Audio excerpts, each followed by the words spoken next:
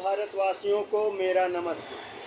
मैं हूं प्रीतम कुमार, भारतीय हिंदी सिनेमा अभिनेता एवं एक पूर्ण एलएलबी।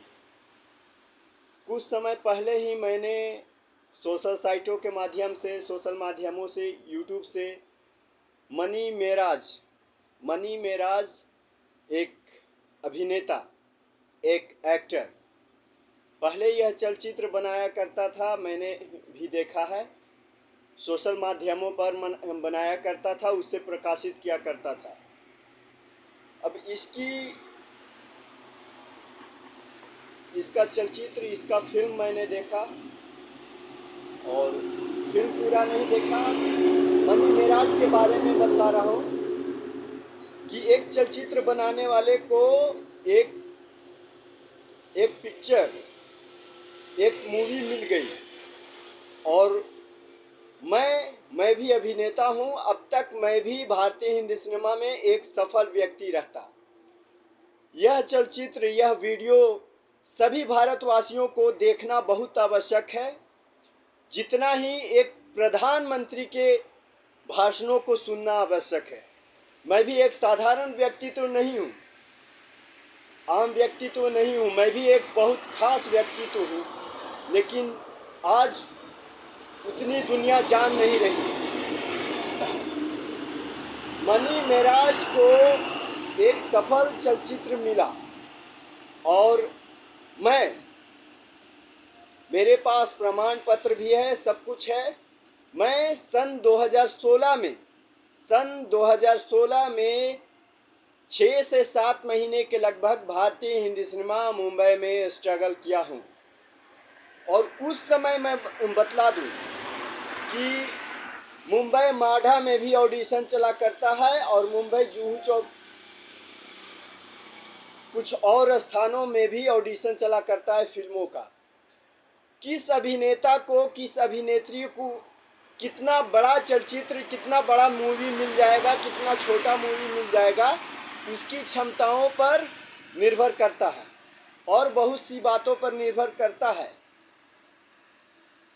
जब मैंने 2016 में कई स्थानों में, कई स्टूडियो में एवं फिल्मी क्षेत्रों के व्यक्तियों के सामने जब मैंने अपनी कला दिखलाई, तो मैं इस चलचित्र के माध्यम से बोल रहा हूँ। यहाँ कोई पीछे नहीं हट सकता है। यहाँ प्रमाण दुनिया के सामने साबित करना होता है और साबित होता है। दुनिया के सामने यहाँ प्रमाण दिखलाना होता है और दुनिया यहाँ प्रमाण देखती है। मैं 2016 में जिस व्यक्ति ने अपने हाथों से, अपने मुखों से यह कहा कि मैंने अमिताभ बच्चन जी को भी नचवाया है या कार्य करवाया है, उस व्यक्ति ने, मैं वो स्थान भी बतलाऊंगा और व्यक्ति की पहचान करके भी बतलाऊंगा कि उस व्यक्ति के सामने मैं 2016 में अपना अभिनय दिखलाया तो उनको बहुत आश्चर्य आया। तोहफे में मेरे याद के अनुसार उसने एक कमीज मुझे दिया। शायद याद के अनुसार कुछ नाश्ता इत्यादि भी मुझे करवाया और धूप में नहीं घूमने के लिए भी बोला। वो बातें दूसरे चलचित्रों इत्यादि के माध्यम से आज नहीं तो कल आएगा। लेकिन भारत में इतना बड़ा आंदोलन हुआ, अन्ना आया, जन लोकपाल बिल, ये बिल, वो बिल, लेकिन प्रधानमंत्री का भाषण, मुख्यमंत्री का भाषण, ये पार्टी वो पार्टी, लेकिन भ्रष्टाचार और भ्रष्टाचारियों को हटाने की नीतियां,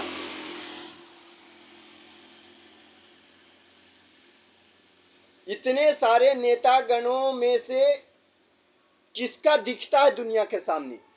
आज मैं 16, 17, 18, 19, 20, 21, 22, 23, 24 9 वर्ष खत्म हो चुका है। और इन 9 वर्षों में मैं बतला दूं कि अपने क्षमताओं से कम 100 करोड़ की संपत्ति मेरे बैंक खाते में रहता, लेकिन आज मैं इतना अधिक बर्बाद हूं और जनता से इसीलिए मदद चाह रहा हूं। जनता अपनी ताकत समझे। मेरा सेलफोन अभी साधारण ही है, 4G है, रिचार्जिंग 5G हो रहा है, लेकिन मेरी इंटरनेट की सेवाएं भी 2G सेवा में बदल दिया जा रहा है। मेरी इंटरनेट की सेवाएं भी 2G में बदल दिया जा रहा है, ताकि मैं चलचित्र ना बना पाऊं, जनता को अपनी बात ना बतला पाऊं। और जनता के पास वही आता है जिसका पदाधिकारी या नेता से उम्मीद खत्म हो गया हो। और मैं सबसे अहम बात बतला दूं, आदमी जो देख रहा है, मैं तुम्हें बतला दूं कि मैं बहुत अनुभवी हूं, और किसी बात की यदि जानकारी नहीं है मेरे पास, उसके बारे में मैं कुछ ऐसा बोलूं तो दूसरी बात है, लेकिन अनुभवी बहुत हूं। और यह चलचित्र अधिक से अधिक पूरे भारत में शेयर करो, साझा करो। और मैं जन लोकपाल बिल का जो इतना बड़ा आंदोलन हुआ था, अन्ना के द्वारा किया गया था, तो उसका परिणाम भी मुझे पहले से मैंने कह दिया था। मैं बोला था कि कुछ नहीं होने जा रहा। मैं किन बातों को बोल रहा हूं? हाँ, आज अगर भारतीय हिंदी सिनेमा से एक सफल चलचित्र, एक सफल मूवी मुझे नहीं मिला हुआ रहता, तो आज फिर भी मैं अपने दम से कितने फिल्मों का निर्माण कर दिया गया होता।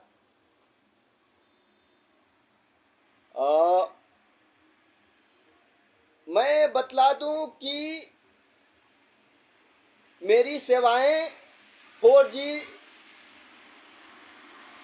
5G से 2G कर दिया जा रहा है।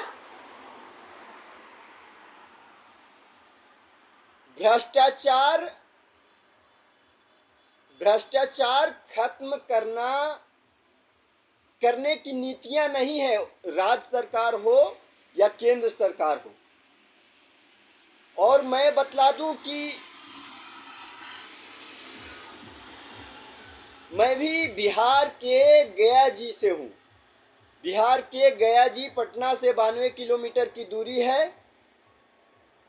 और आज मैं इतना बर्बाद किया गया है और किया जाता रहा है, तो उसका उदाहरण मैं बोल रहा हूं कि 5G और 4G से मेरी सेवाएं 2G पर कर दिया जा रहा है, ताकि मैं वीडियो ना बना पाऊं। और मैं कैसे बर्बाद हूं, मैं बतला दूं कि इतना बड़ा आंदोलन हुआ। भ्रष्टाचार कहाँ है? भ्रष्टाचार कोर्ट में है, न्यायालय में है। भ्रष्टाचार और भ्रष्टाचारी, बड़ा भ्रष्टाचारी कौन होता है? ज्यादा पहुंच, पावर, ओहदे, शक्तिशाली कुर्सियों पर कौन बैठा है?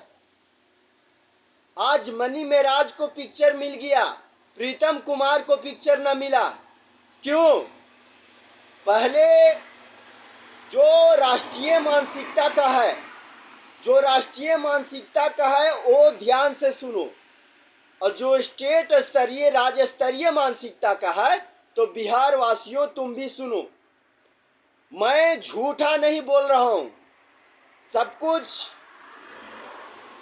माइंड से चलता है और आर्थिक से चला करता है। आज जापान मेहनत से है। जापान को बनाकर भगवान ने, ईश्वर ने जापान को न दे दिया कि लो मैं तुम्हारा चमकता हुआ जापान बनाता हूं। आज मैं बतला दूं कि कोई भी पार्टी, भारत की कोई भी पार्टियां अपने सपोर्ट में अगर वक्ता खड़ा करना चाहे तो मैं उसे भी यहां से यह सूचना दे दूं कि मैं तुम्हारे लिए तुम्हारे लिए वक्तव्य करने के लिए तैयार हूं। मैं बतला दूं कि मैं गया जी में बोध गया प्रखंड है और बोध गया प्रखंड में ग्राम पछट्टी, बीच पछट्टी माँ दुर्गा शिव मंदिर के सामने मेरा अपना पुश्तैनी प्लॉट पर मेरा अपना घर है और वह पुराना खेसरा खतियान 1905 ईस्वी का प्रकाशन है। पुराना भूखंड संख्या 2851 है। मैंने एक बंटवारे का मैं भ्रष्टाचारियों के बारे में बोल रहा हूं। मैं सीधा बोल रहा हूं कि अगर इतना बड़ा शोषण मेरे साथ किया जा रहा, आज मनी मेराज को सफल चलचित्र मिल गया, मूवी मिल गया, तो क्या प्रीतम कुमार मनी मेराज से कम पढ़ा लिखा था? तो मैं उन अपराधियों के बारे में बोल रहा हूं। मेरे साथ मेरा सगा भाई, एक ही बरस का बड़ा है, ज्यादा बड़ा नहीं है, सगा भाई एवं हिस्सेदार एवं जजों ने मिलकर जबरदस्ती किया। तो यदि तुम मेरे लिए यदि नहीं लड़ोगे तो कल तुम्हारे लिए इन भ्रष्टाचारियों को हटवाने के लिए कोई खड़ा नहीं होगा। मैं बतला दूं कि बोध गया में थाना संख्या, ये नक्शे का थाना संख्या होता है, भूमि का नक्शा होता है जिससे नापा जाता है। तो थाना संख्या 359 में चादर संख्या 3 एवं 4 एवं अन्य चादरों पर भी मेरा पुराना भूखंड संख्या पूर्वजी भूमि संपत्तियां हैं। तो चादर संख्या 3 और 4 में ज्यादा है। तो चादर संख्या 3 और 4 के बारे में बतला दूं कि मैं जो बोल रहा हूं भूखंड, वो किसी और का भूखंड न था जिसको मैं बंटवारे में लाया था। मेरा अपना पूर्वजी भूमि संपत्तियां थी जो कभी बेची नहीं गई थी या नहीं बिकी हुई थी, जो मैंने बंटवारा लाया था 2015 में। सन 2015 में मैंने बंटवारा लाया था और मैं फिल्मी जगत छोड़कर मैं अपना जीवन और एक एक रुपया बंटवारे में क्यों देता रहा? मेरी बड़ी संपत्तियां थी, मेरी बड़ी संपत्ति थी कि मैं वापस अपने दम से पिक्चर का निर्माण कर लूंगा और भारतीय हित में सुविधा संसाधन इत्यादि मामलों में जो बदलाव मुझसे हो सके वो भी मैं करता रहता। मैं उन भूखंडों का पुराना भूखंड संख्या बोल रहा हूं 2799 और ये 24 डिसमिल है, 24 डिसमिल से कम ना था। मैं तेजी से बोलूंगा 2799, 2049, 2193, 2193 का संयुक्त अंश 2775, 1875, 2786, 2786 का अंश भी हो सकता है लेकिन उसका कागजात नहीं है। 1483, 2176, 1682, 1451, 1453, 3005 एवं 3006, 2851 जिस पर मेरा आवास है और 3348 ये 1981 का सर्वे का भूखंड है और ये खरीदा हुआ भूमि है। मैं एक भूखंड के बारे में बतला दूं कि केवल 2799 मैं बोध गया की भूमि संपत्ति की कीमत मैं बतला दे रहा हूं। मैं 2010 का भी दिखला सकता हूं क्रय पत्र जो 2015 का भी दिखला सकता हूँ। मैं मध्यम रेट बोल रहा हूँ, 16 से 20 लाख रुपये डिसमिल, और उससे भी ज़्यादा है बोधगया में एक डिसमिल की कीमत। और एक डिसमिल में 435.6 वर्ग फीट होता है। एक डिसमिल में 435.6 वर्ग फीट। 2799, ये मैं बतला दूं कि पुराना भूखंड संख्या 2799 के बारे में बोल रहा हूँ। इसमें 24 डिसमिल में 8 डिसमिल मेरा था, मेरा अकेला था। क्यों? क्योंकि मैं लड़ रहा हूँ, मेरा भाई नहीं। 8 डिसमिल, 8 डिसमिल को 20 लाख रुपये डिसमिल से गुना किया जाए तो 8 दूना 16, 1,60,00,000 रुपये का केवल ये भूखंड, और केवल ये प्रति भूखंड था, प्रति भूखंड था। इसमें मेरे पास मैं बोल चुका हूँ कि 1 2 3 4 5 6 7 8 9 10 11 12 13 14 15 16 17 भूखंड के बारे में वर्तमान जानकारी दे रहा हूँ। ये कागजात मैं दिखला रहा हूँ। अगर कैमरे में कैद हो जाए तो और अच्छी बात है।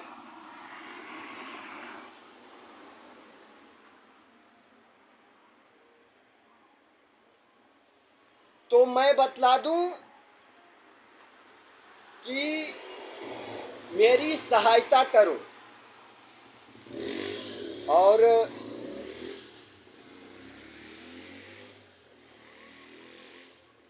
1,20,00,000 रुपये डिसमिल के हिसाब से 8 डिसमिल का 8 दूना 16, 1,60,00,000 रुपया का केवल 2799, मेरा पुराना भूखंड संख्या 2799, जिसमें 24 डिसमिल में से 8 डिसमिल का मैं हकदारी था। और बंटवारे में 265-15 सन 2015 में दाखिल हुआ था। 265 केस नंबर 265-15। और उस समय मैं बतला दूं कि संजीव कुमार सब्जेक्ट 7 के सीट पर था। संजीव कुमार भी सुन नहीं रहा था। तो उस समय मैं अखिलेश सिंह डीएम था। जिलाधिकारी अखिलेश सिंह के पास मैं आवेदन ले गया था कि संजीव कुमार जबरदस्ती कर रहा है। संजीव कुमार सब्जेक्ट 7 के सीट पर बैठा हुआ था और उसके अंदर में ही ये केस चलता आया। और फिर मैं जिला जज के पास भी गया। ये भी मैंने बोला था कि मेरा सुना ना जा रहा है और मैं एक एक्टर भी हूँ। तो जिला जज क्या बोला कि आप पर्दे के सामने अभिनय न करते हैं। मतलब उसके कहने का मतलब है कि आपके पास वास्तविक क्षमताएं थोड़ी है। मतलब एक अभिनेता, एक एक्टर जो किसी भी साधारण व्यक्तियों से ऊपर होता है, कितने नेताओं से भी ऊपर होता है, और मेरी क्षमताओं को नजरअंदाज जानबूझकर किया। कोई वक्ता, कोई साधारण एडवोकेट मुझसे बहस में टिक नहीं पाएगा। मैं यहां से तेजस्वी यादव को भी बोलूं कि तुम्हें मुख्यमंत्री बनना है भाई, बिहार का वोटिंग मैं दिलवाऊंगा। आज मेरा सपोर्ट करो और जिन जिन साधनों से मेरी मदद होता है वो करो। मैं यहां पर नीतीश कुमार बिहार के मुख्यमंत्री को भी बोल रहा हूं कि भाई साहब, मैं जनता को बोल दूं कि यदि बिहार का मुख्यमंत्री नहीं सुन रहा तो सोचो कि मेरी ये भूमि संपत्तियों को हिस्सेदार एवं भाई मेरे साथ जबरदस्ती किया। तो मैं ये स्पष्ट बोलूंगा, या जनता को स्पष्ट समझ लेना चाहिए कि उसका रकम जिस जिस व्यक्तियों के पास जाएगा वो हमारी मदद नहीं करेगा, तो कल तुम्हारे साथ होगा क्या? तुम्हारे साथ भी हो रहा है। और हर किसी के पास क्षमता नहीं है कि भारतीय व्यवस्था में भ्रष्टाचारियों को भ्रष्टाचार रूप से कमाने न दे। मतलब भ्रष्टाचार को हटाने की क्षमताएं, उन सुविधाओं को लाने की क्षमताएं हर किसी के पास नहीं है। उसके पास हर प्रकार की क्षमता चाहिए और बड़ी आर्थिक शक्ति चाहिए जो अपनी हो। उसके बाद उतनी बुद्धि, उतनी क्षमताएं चाहिए, तब जाकर भ्रष्टाचार और भ्रष्टाचारियों को हटाया जा सकता है। मैं यहाँ पर भ्रष्टाचारियों को हटाने नहीं आया हूँ, और आधुनिक